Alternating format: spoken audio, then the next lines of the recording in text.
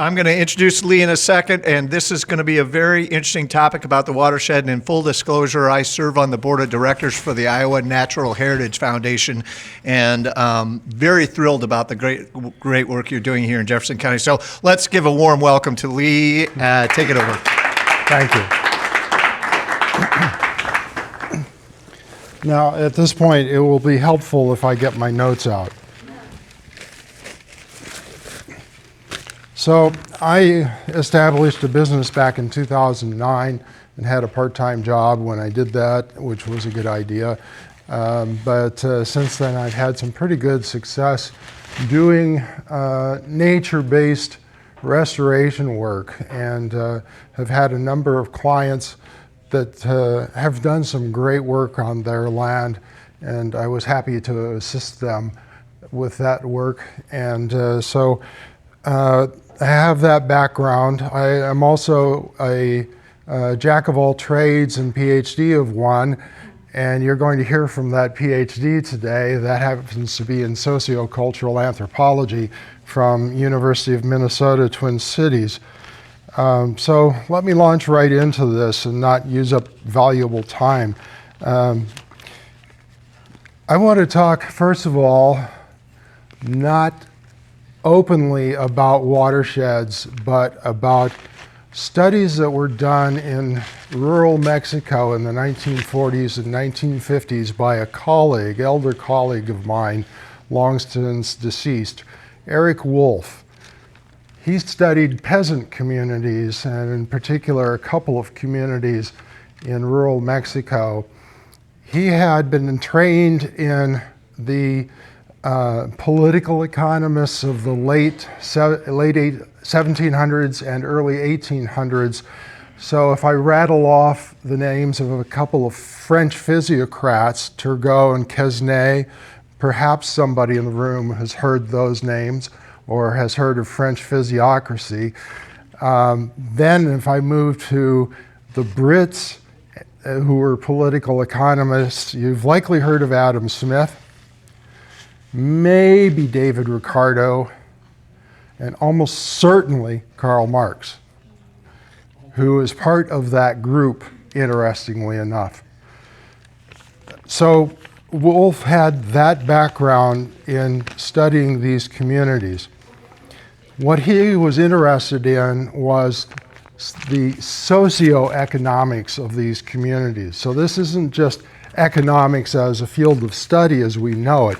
This is economics in the context of an entire group of people and what they do with their everyday lives, how they make a living, how they get along with each other or occasionally don't get along with each other, and other things that go on in a small community that an anthropologist like him or me would be interested in knowing.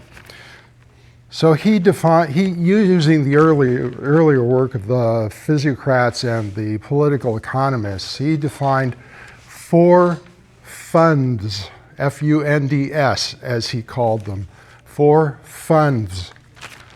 The first one is the household. So we're talking about family level interactions among the family members. Does somebody have a job? Does somebody go out and farm a field? What is the source of livelihood for the household?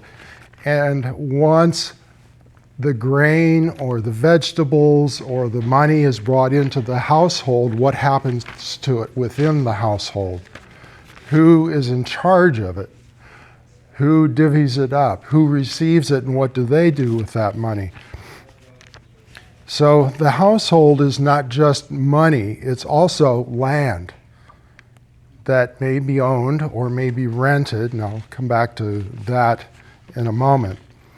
So we're talking about the support of the household and its residents. So usually there was access to farming ground. Maybe firewood is needed for something. That's part of the fund. Foodstuffs are part of the fund. And the skills in the household, the ability to walk behind a plow that's dragged by horses, couple horses through the ground to till it. I have at least one grandfather who did that as a young man. And all the other skills, that's the farming side. On the household side are things like wanting to, not just being able to, but wanting to wash the dishes. It's got to be part of it. The second of these funds is the rent fund. And here's where we come to rent of land, possibly, or use of other people's equipment or time or services. Things that have to be paid for in some way.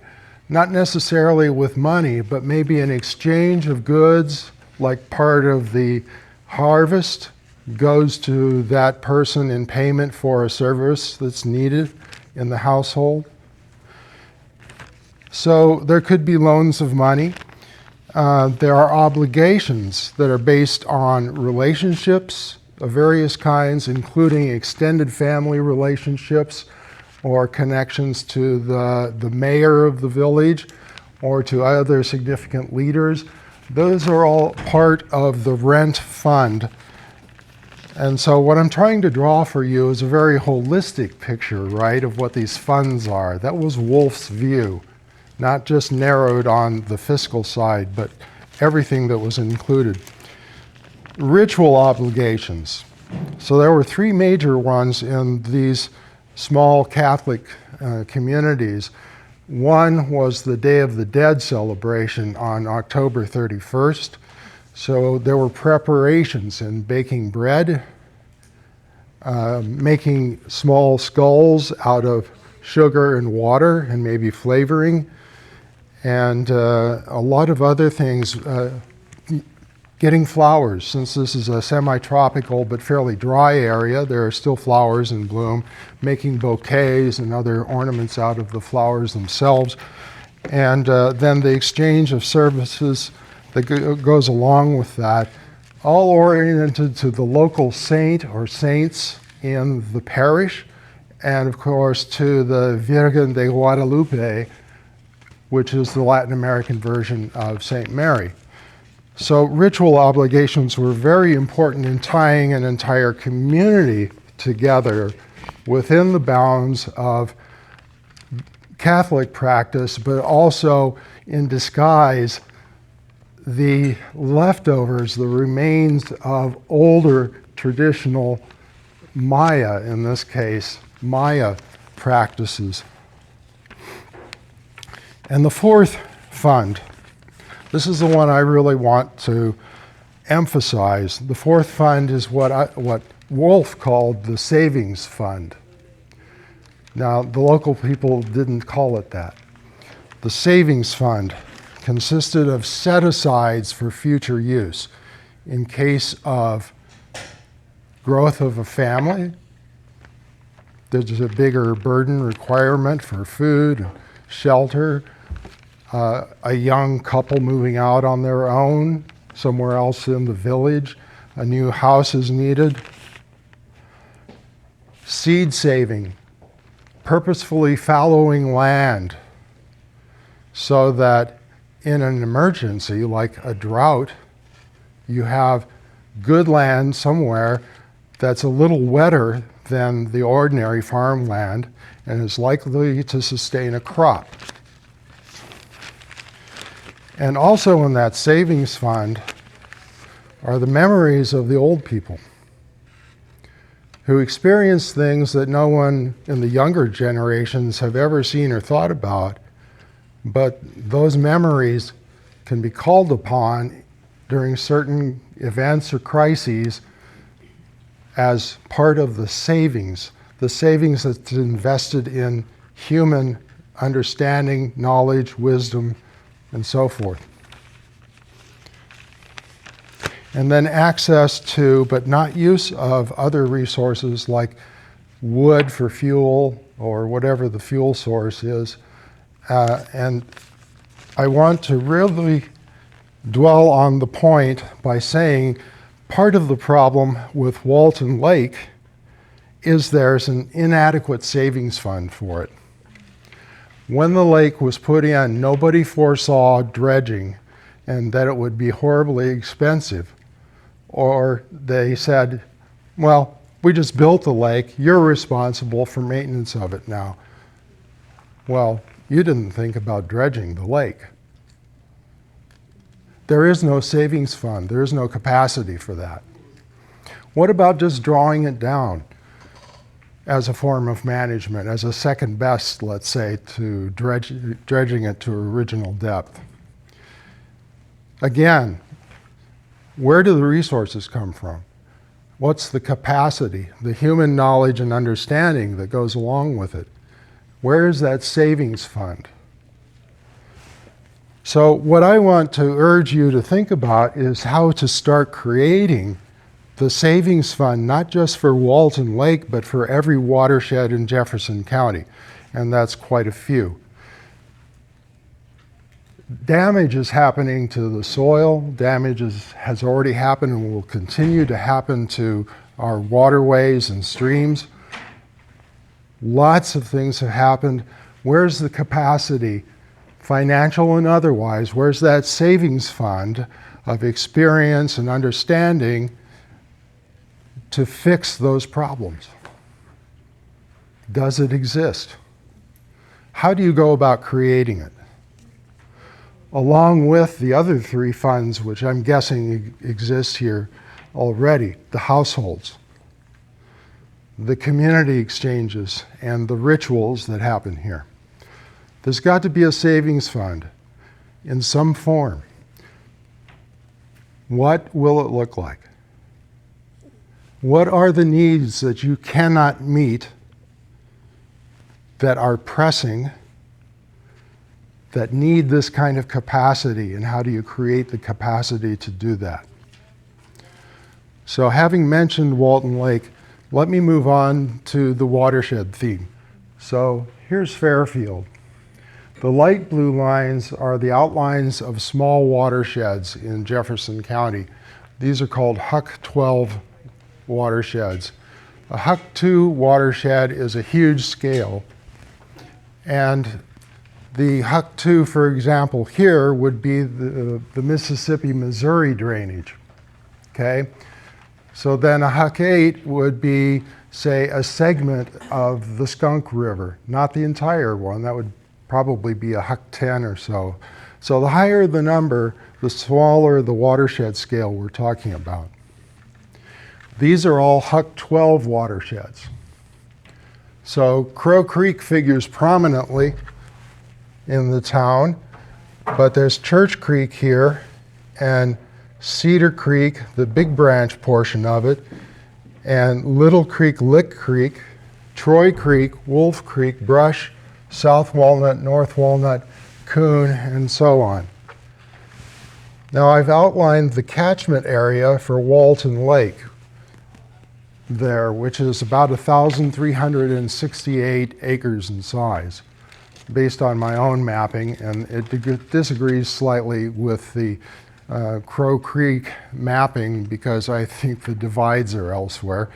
And when this map was created, that map layer, the light blue lines, they didn't always pay close attention to where the lines fell.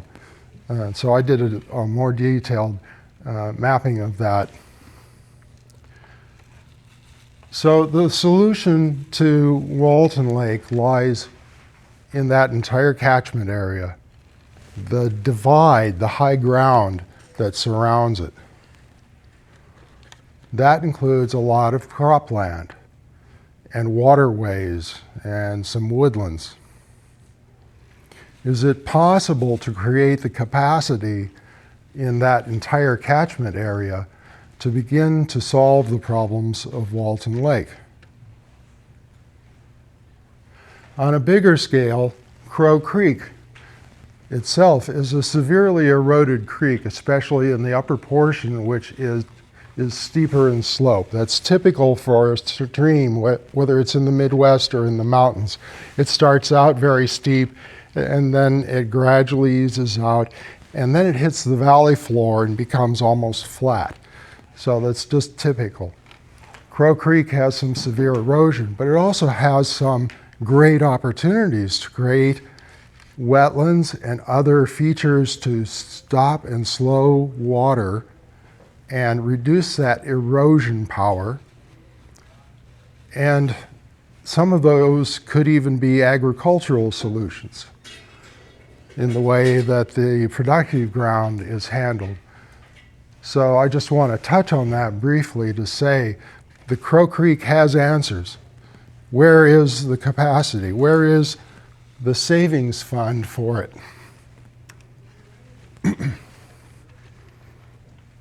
That's the timeout on my laptop, by the way. So here's the county in red. You can see watersheds don't obey political lines. So if you're going to think about Jefferson County, especially those politically edgy watersheds, you have to think beyond the county lines. Water doesn't know political boundaries.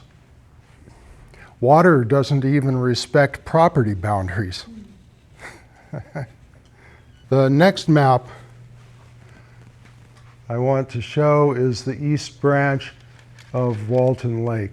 Since the city controls that, I think those are the areas of highest opportunity to do something about the lake issues by creating things like filtration wetlands that allow sediment to drop before it goes into the main lake. And it's easier to go dig out a sediment wetland than it is to drain the lake and dredge it. So in purple on city land, I have drawn these potential wetland areas. There's one on private land here, and there are a few others on private land. The blue lines are the approximate centers of the streams. And then here is the West Branch. And again, you can see purple potential wetlands and quite a few more red wetlands on private property.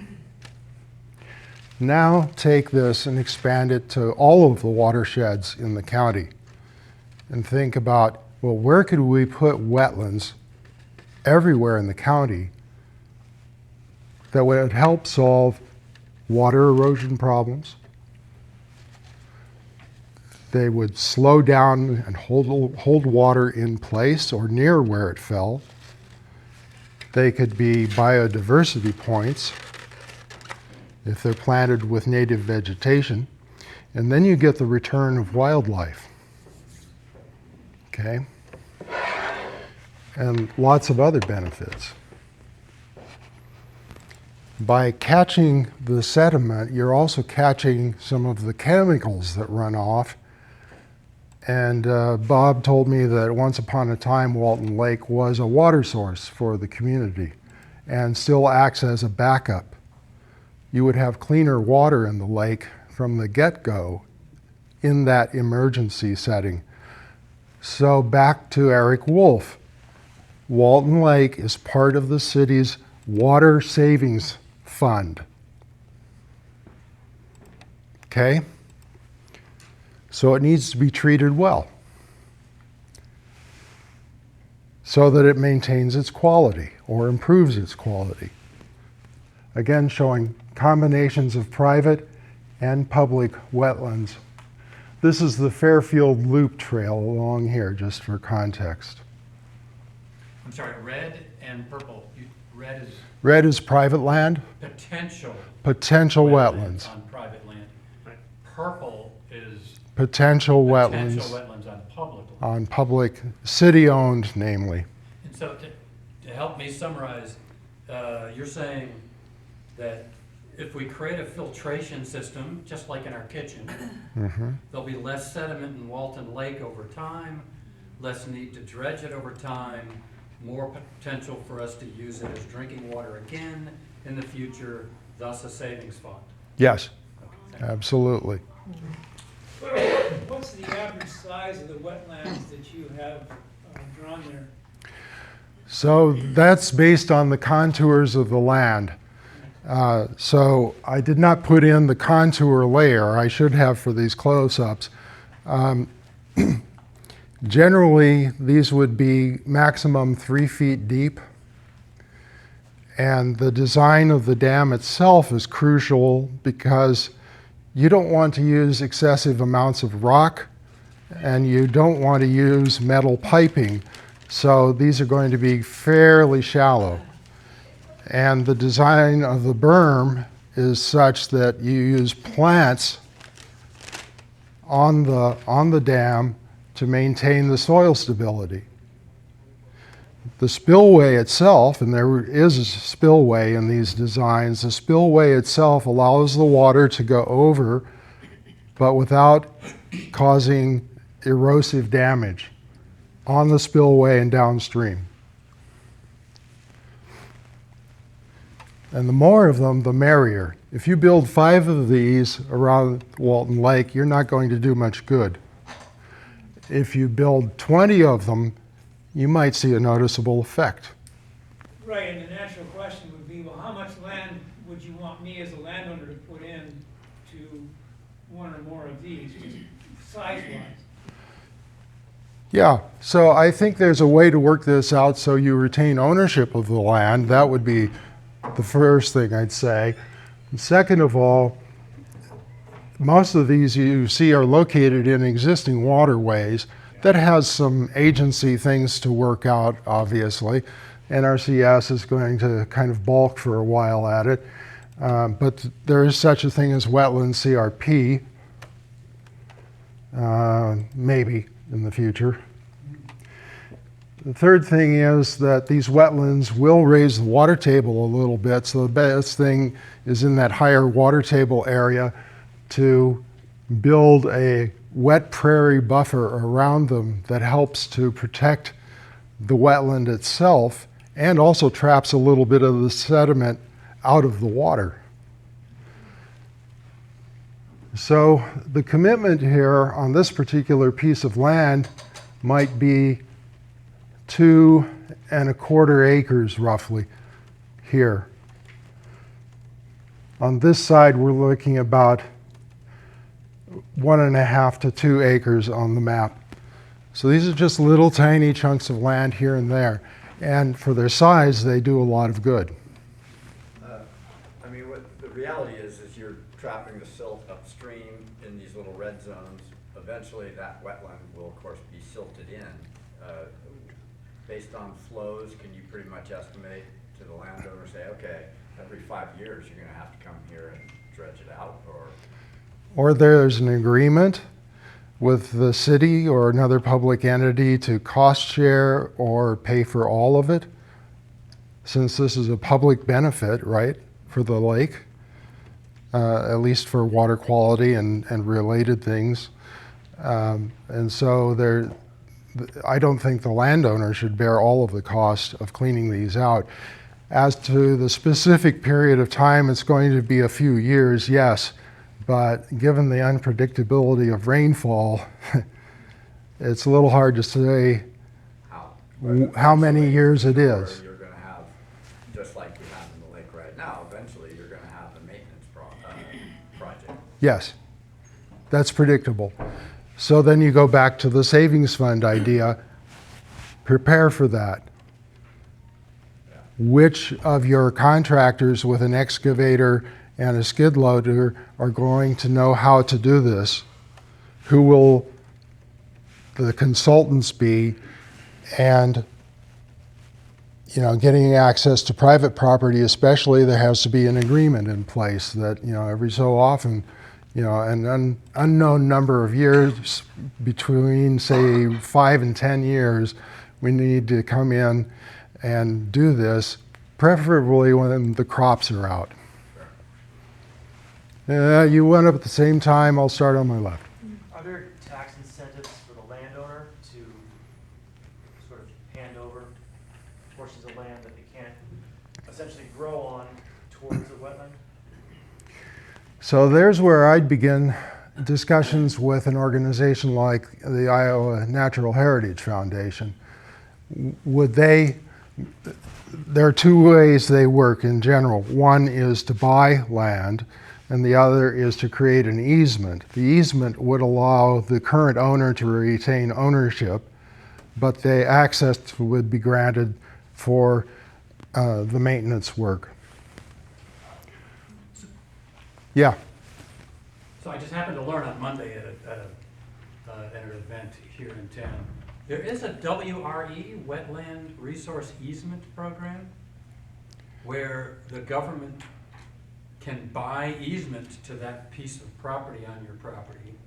You retain ownership for forever, decades, whatever it is. Uh-huh. And yet you have to allow for it to become a waterway and help it a little bit. Do you know anything about that? I don't know that program. Is it federal? Well, Faith, you were sitting with me at the table, Dan Sears. Yeah, he works for the USDA, and my understanding is, it's competitive, and it needs to be of a certain size. And so I think, I thought it was down to it needed to be at least a half acre, an acre, I thought it was many more. maybe more. Many more. But he would be our contact. If you're talking about the wetland credit system, Well, it's called the WRE, Wetland Reserve Easement Program, as a voluntary federal conservation initiative administered by the USDA, National Resource Conservation Service, and part of the Agricultural Conservation Easement Program, ACEP. I've got the local guy's name and contact. the He's one, currently on leave because of government funds. yes, the credit system that I know about is run through the Army Corps in Rock Island. And there, it's a minimum of 25 acres. Maybe about how big are these that you have marked out? These are like a quarter acre to maybe 5 acres. I don't know if they would aggregate it. That's a question to ask. Like all of the wetlands on city land, for example, do they amount to 25 acres? And would they count in this program? Would the city receive a credit, but that assumes there's a buyer? So land would change hands. That seems like a bit of a Well, in this wrinkle. particular case, it doesn't change hands. It's just like having a road easement on your Okay. property, or a driveway easement. So that's not the credit program, I'm pretty sure. It's a different program. Yeah, there's a perpetual and a 30-year, and depending on which one you choose, there's a cost share for the improvements and. Okay? And I, of course, would favor the perpetual. Yeah. Yes. So for the perpetual one, they pay for the full retail cost of the land and all of the restoration for it. And they want it to be like 50 acres or bigger, so for that you would want to create a bigger wetland and have more berms, and which I would call a beaver dam analog. So there's potential for beaver dam construction in many of these sites, yes. That's the other thing I would do is whenever you build a berm, I would put in posts or willow trees. Yeah. So that beavers can build dams up Yeah. against that, and then every year it'll get bigger and taller as long as there's beavers there, and then you wouldn't ever need to remove the silt. You could just leave the silt there. It would be a maintenance-free option. Have you ever met a farmer who loves beavers? But if it gets higher and higher, that's what's gonna happen. It gets bigger and bigger and bigger, and cannibalizes the cropland. That's right. Well, so that's why you would qualify for the wetland easement program, because then you would get your 50 acres of wet. Yeah. Well, if you plan that from the get-go, Yeah. that 50 acres or whatever it is, probably the farmer is going to say, well, I'll sell it to you at 15% over current value. And then, Gotcha. well, here's, Yeah. here's the flip side of that is that the farmers are the ones who sediment it in the lakes, so they should pay for the whole expense anyway. It's their sediment. Well, and if we go that route, it's not just the people who operate on the land, it's the whole ag industry, and that's a powerful group of people. Yeah. Yeah. It's also the people who built their houses around the lake, and when they were building, they're running the lake too, and the sewers. Farmers of Iowa has programs for precision conservation, might of this. Okay. Ducks Forever, Ducks Unlimited, Mhm. there's other groups. Yeah. It'd be interesting to partner with an organization for the whole project, and maybe they could bring their analysts and things. The DNR often partners with those organizations you mentioned. And another one to think about is the IKES, the Isaac Walton League. Is there a local chapter? I think so. I've seen their name around over the years. I have no idea who's involved. The chapter in Des Moines consists mostly of what someone, not me, called the hook and bullet crowd. They aren't interested in conservation. They're interested in shooting guns and dropping hooks in the water. But you can't have one without the other, in my mind. What? I'm not a hunter at all, but there's a big, a positive overlap between that community and the conservation community. There is. One of this. There is, and in the Des Moines chapter, there are people who are intensely interested in the conservation side who are also hunters and fishers. So you're absolutely right about that. And exploring your local IKES chapter to see the nature of the people in it, are there supportive conservationists, you might be able to pull in some support from the IKES. So on your maps, on the last map, I just counted 6 or 7 wetlands you marked. Was that a total of the ones you feel like you found for Walton Lake, or is there more? Let's, You said a minimum of 5 would make a difference, so it would be curious. 5 probably would not make much difference, but 20 would for a lake this size. Is there more than the 7 we see there? Is it worth the effort?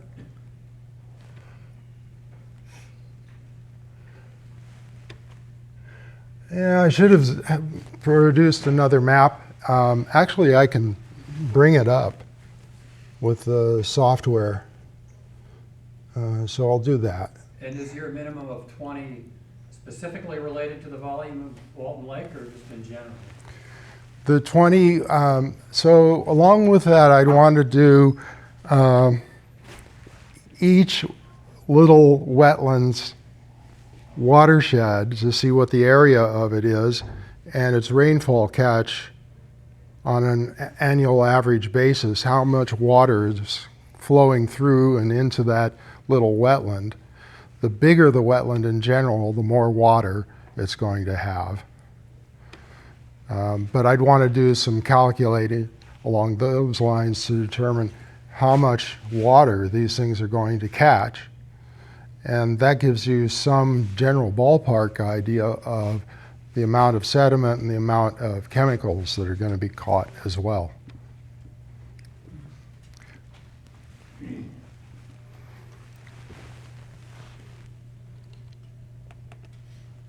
Let me see if I can pull this up.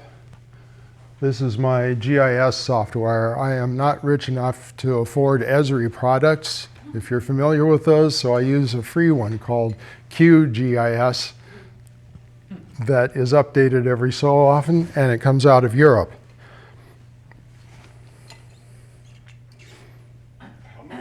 With this, oh, go ahead.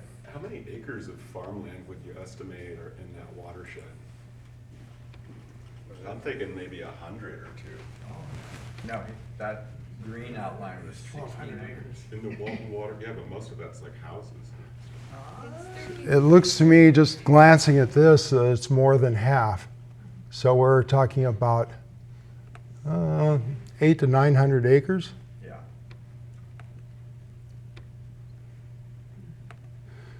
And it all looks like it's conventionally farmed. You may not be able to see it from there, but some of the purple wetlands show up, and I can turn on the red private land ones too. And here's the landowner layered Purples are interspersed. also. Leland, do you have any examples of counties in Iowa where this kind of watershed mitigation has happened with city government and county government working together? I don't, because they typically don't want to take this on. But I have a couple of private clients who've done shallow wetlands to tremendous success. Yeah. What does that mean? They have huge properties with water on it? One was 46 acres of cropland, and the client's dad had taken a plow and dragged it down the headwater stream to straighten it out. So among the other things we did, one of the priorities was to take the late 1930s aerial photo of the property and put the stream back where it was. And what was his incentive to do that? He loves birds. He's a birder. It wasn't necessarily a clean the water at the other end No, thing. he's a birder. He So how likes was it a wildlife. success then? How would you say it was a success? You said it was a big success. That's how measured how? First of all, it's holding back a lot of water when it rains. Right. Second of all, the plants that were planted, all native vegetation, including wetland and wet prairie on the rest of the 46 acres, is growing and filling in. I think this is year 4 now. And he's had one burn done. So burning will be a significant management practice from here on out. Third, I'd say that he's now seeing bird species that he had never seen on that property before. What about farmland? Is it advantage farmland anywhere He's nearby? surrounded by farmland, and upstream from him, just a half mile, is a big beef lot. So he's catching all the organic runoff, including bacteria, from that beef feedlot. And his system filters it out, cleans it up? Stops it there, and I suppose that the bacteria mostly die off, especially in the colder months, but they don't interfere with the growth of the plants or the return of the birds and other wildlife. So those beef farmers can just take it easy and let him do all the cleanup, right? Yeah, and were his motives to clean the water, he would have thought about this very differently, right? Yeah. So it takes one person, right? There's an old Margaret Mead quote, another anthropologist, who said something about it. All it takes is one person, right? A group of committed. A group of that's her quote. Somebody else said it was one person. Yeah. That group of committed citizens started with one person. Yes. Collected the other 4, right? Later, The other 4. plug in your computer. It's What's I that? wanted to cut out on Yes, so I forgot my power cord, and we will lose it in a moment. The other question I had was, in terms of the specifics to Walton Lake and the purple dots along there, I mean, obviously you need city buy-in for this, with some commitment for long-term management. And, you know, I'm just thinking, practically speaking, is any city thinking, you know, multi-generationally like this in long-term? And I don't know an example of one.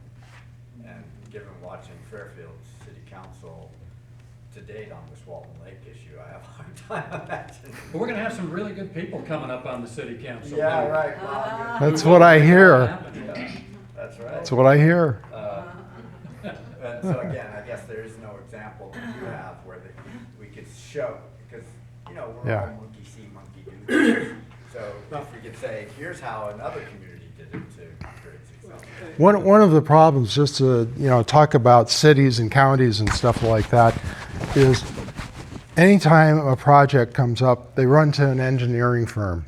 Okay, I am not an engineer. I am a professional natural stream hydrologist, among other things. I come at it from the ecological side of the equation, not the engineering side. Okay, huge difference.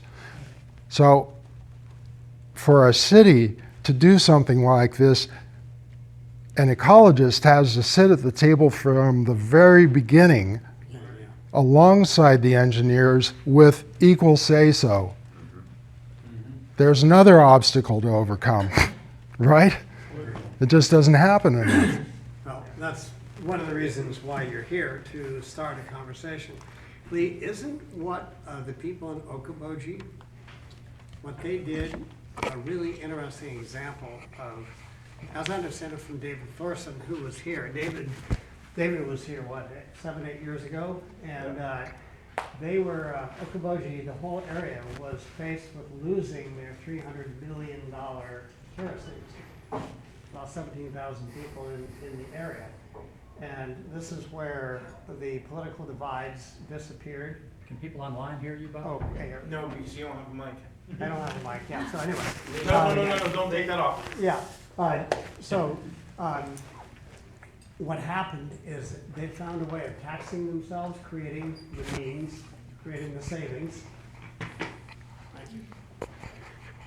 Creating the fund, and they did pretty much everything Lee was talking about, saturated buffer strips, moving crop ground back 50 feet, something like that, all kinds of mitigation, and they saved the day. They saved their tourist industry because they saved the quality of the water. So I think, and we could certainly get David to either come down or come down on Zoom and talk to us about that, because it seems to me that's a pretty interesting example. It may not be an exact analog to what we're dealing with here, but it's, it is an example of how you had a potentially big problem with degraded water, and you solved it with ecological means. Wouldn't that be interesting if there was a county level tax on farmland to mitigate nutrient runoff instead of the volunteer status quo we have today? You're a brave soul. What do you think, Joe? He's a brave soul. He's a brave soul. No, it is interesting that there are several possibilities here, and one is that agriculture is so valuable to the overall economy of the country and Iowa, the Midwest, and so forth. Maybe the rest of us taxpayers should chip in something toward that end, right? But this gets fought back and forth and nothing happens. And I also wanted to mention Iowa's nutrient reduction strategy, which is a list of 20-some practices, but it's all voluntary and it's not doing any good.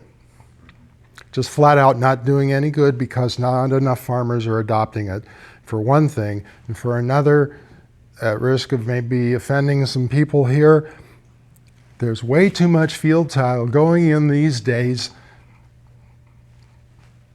And what's that doing? It's just allowing more water to run off full of the anhydrous ammonia and the bacteria and everything else that we don't want in the water.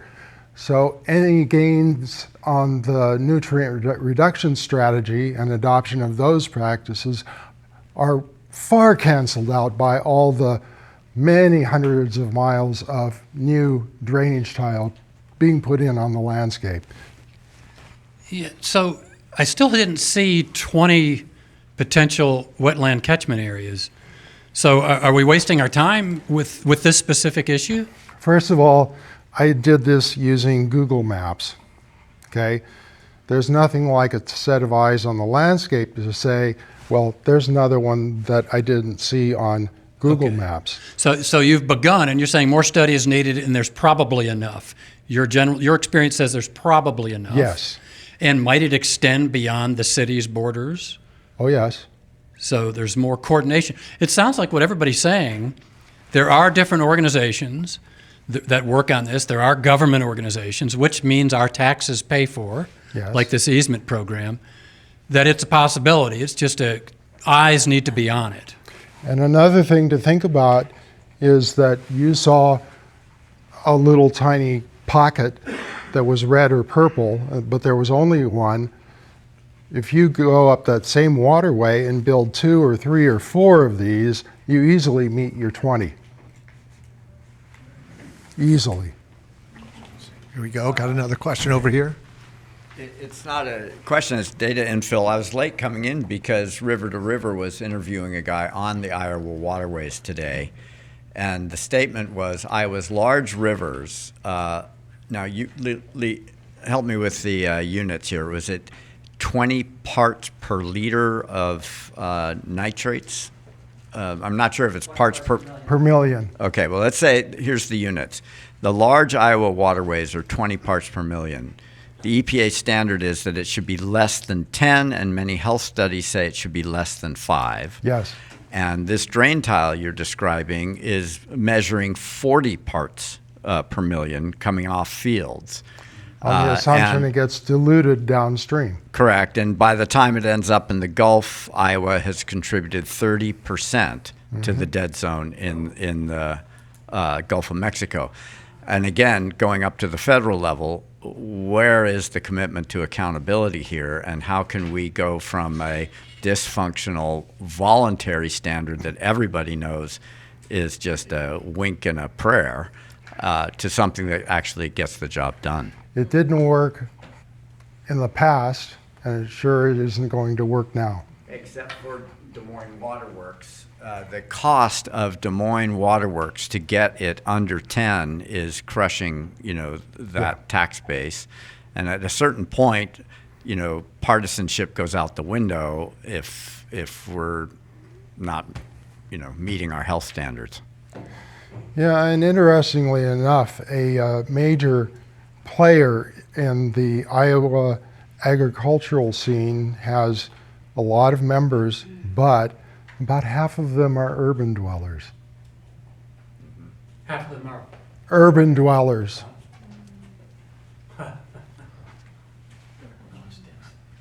Well, the tariffs seem to be helping out on that front pretty good. So. On the way down here today, I passed a soybean field that hadn't been picked. I was wondering if we'd start seeing that this year. Yeah. So I've been talking about beavers in Fairfield for 8 years now, and not much success.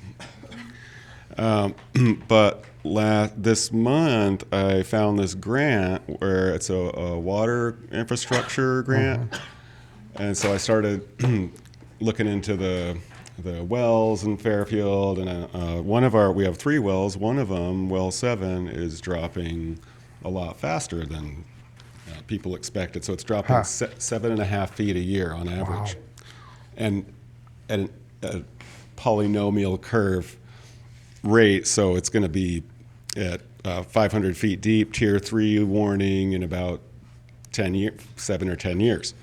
Anyway, I've been learning about it. And are you familiar with the cone of depression, the cone of dryness model? I am. And was it Coca-Cola or Pepsi-Cola created a huge one in South India and dried up the village wells for miles around. Yeah. Yeah, so when I spoke to City Council this month, finally I had captured their attention.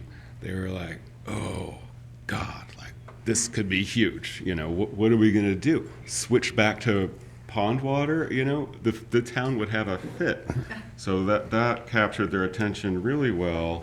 And according to my research, Walton Lake is well within that cone of dryness. There's a well right there. And the way they build the lakes is they compact it with heavy bulldozers so that the water can't go through that top layer of compacted clay. ASTM standard, whatever it is. Yeah. So the rest of my research led to, I just bought a book on, it's called Wetland Marshes. And it talks about how most of the groundwater recharge from the surface comes from the edges of wetlands and lakes, where you have that emergent vegetation growing. And there's all these crazy terms like the vasose zone and like capillary action and like and there's bacteria that live like hundreds of feet underground in the groundwater, and like they're dying. All these little critters are dying 100 feet down. It's like, what? Well, Question? Anyway, I drew this other diagram about how to reduce that cone of dryness. I don't know if you want to show it to the group. by the way, this also applies to our creeks and rivers because they have dropped their beds so far that there is now a dry area right at the rim of the bank that goes back who knows how many feet, and where there used to be wetlands or wetland type species or wet prairies, those are now turning into dry land species right up against the stream because of the same effect, dropping the water level by erosion. We have time for one last question. And then he'll be around afterwards for Q&A too. And I'll be around for more questions. So have you made yourself available to, have you heard of Julie Stouch? I know the name. She's, water is one of her 4 top priorities. She's running for governor next year. Oh, that's where I've heard And the the name. more experts like you guys available to her, the better. Yeah, absolutely. Good call. Let's give Lee a round of appreciation. Thank you.